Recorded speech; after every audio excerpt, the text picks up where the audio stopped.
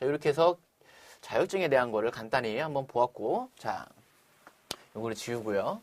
자, 다음 넘어가면은 이 네 가지 법에 대해서 배울 건데, 자, 이 법이 뭐가 까다롭냐면은 그냥 법이 있고 법률이라고도 하고 그냥 법이라고도 합니다.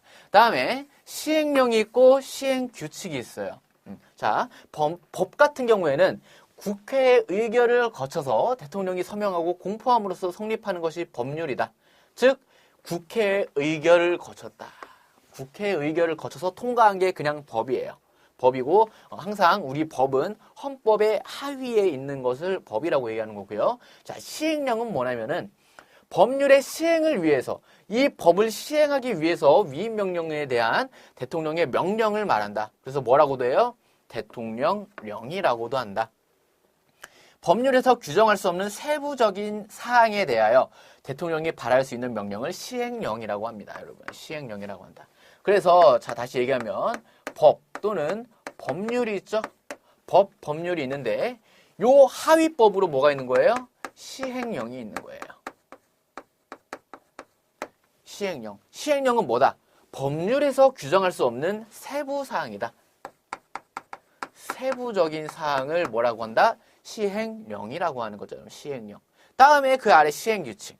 법령을 실제 적용할 때 필요한 세부적인 규정으로 대통령령의 시행에 관하여 필요한 사항을 규정한 부령을 보통 시행규칙이라고 한다. 그래서 요거는 총리령이라 얘기예요. 그러니까 각 부처의 장관이 만드는 거예요. 요거는 대통령이 하는 거고 요거는 장관이 하는 건데 장관 같은 경우에는 법을 공포할 수 있는 능력이 없기 때문에 총리가 대신해 준다. 그래서 총리령이라고 얘기를 하는 거예요, 여러분. 자, 총리령이에요. 그래서 자, 요 시행령의 또 세부적인 규칙은 뭐다? 시행규칙이다. 그래서 법은 크게 하나가 법이 있다면은 그 아래 시행령도 따라오고 시행규칙도 따라옵니다. 그래서 시행령은 법에 대한 세부적인 사항. 다음에 시행규칙은 시행령의 세부적인 사항. 그리고 그냥 법의 세부적인 사항. 이렇게 알고 계시면 되겠고. 자, 다음에 요거 말고 시도조례라는 게 또 나와요. 시도조례. 얘는 지방자치단체가 지방의회 의결을 통해서 제정한 법이다. 자, 요거는 범국가적인 거고, 요거는 뭐예요? 시도 안에서의 지방자치단체가 만든 법이다라는 거. 시도조례다. 이렇게 이해해 주시면 될 것 같아요. 그러면 우리 아까 네 가지 법이 있었죠, 여러분?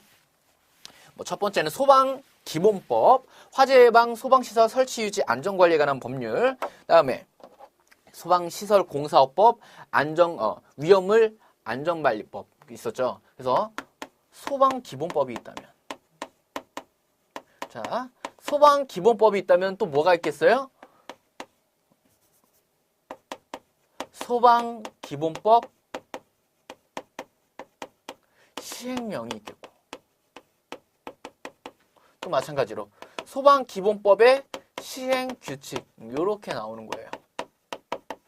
그러니까 한 가지 법에 대해서 모든 걸 다 논할 수 없기 때문에 시행령과 시행규칙으로 세부적으로 이렇게 나눠서 법이 명시되어 있다 해주시면 될 것 같아요. 그러면 우리는 법을 공부할 때 가장 까다로운 게 뭐겠어요? 자, 소방기본법에서의 무엇을 총리령으로 또는 대통령령으로 정한다. 그러면 소방기본법을 보다가 또 어디? 시행령 법으로 들어가서 우리 또 찾아야 되는 거예요, 여러분. 총리령이니까는 요거겠죠, 여러분. 시행규칙. 또 대통령령으로 정한다니까는 시행령 들어가서 또 찾아야 되는 거예요, 여러분. 그러니까 이게 까다로운 것 뿐이지, 제가 교재에는 어떻게 놓아놨겠어요. 자, 소방기본법에서 대통령령으로 정한다. 그 바로 아래 시행령이 이렇게 들어가 있고, 총리령으로 정한다. 그러면 시행규칙에 이렇게 같이 넣어놨습니다. 그래서 기본법 따로, 시행령 따로, 시행규칙 따로 공부를 할 필요가 없이 다 연관되는 부분이기 때문에 제가 교재를 보시면 그렇게 좀 이해하기 쉽게 넣어놨다 해주시면 될 것 같아요. 자, 그래서 법은 이렇게 법, 시행령, 시행규칙 이렇게 세분화되어 있다 보시면 되겠고, 법률의 순서는 무슨 법이 있어요, 여러분. 무슨 법. 다음에 법에 들어가면 이제 제1장. 제1장 하면 총칙 이런 게 많이 나오고. 자, 법 제1조 몇 호, 몇 항. 항 같은 경우에는 동그라미 1, 동그라미 2, 동그라미 3으로 나오는 게 각 항입니다, 여러분. 그래서 몇 조, 몇 호에 이제 몇 항에서 얘기한다. 또는 각 호라고 얘기하는 것은 1번, 2번, 3번 이렇게 나오는 게 각 호고요. 각목은 가, 나, 다 순으로 나오는 게 각목입니다. 그래서 순서 같은 경우에는 장, 조, 호, 항, 호, 각항, 각호 이렇게 되거든요, 여러분. 자, 근데 보통 조, 항, 호 요것만 알고 있어도 조금 편해요, 여러분. 조, 항, 호, 이렇게만 알고 있어도 좀 편하다.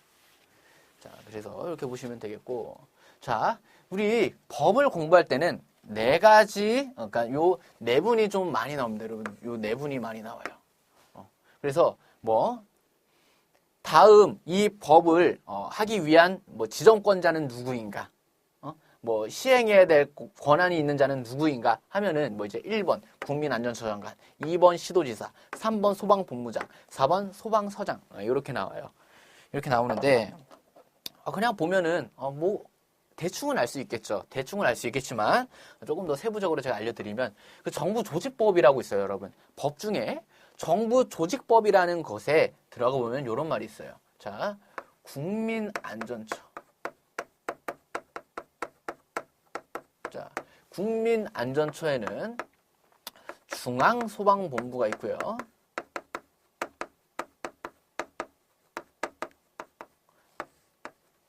중앙소방본부가 있고, 다음에 해양경비안전본부.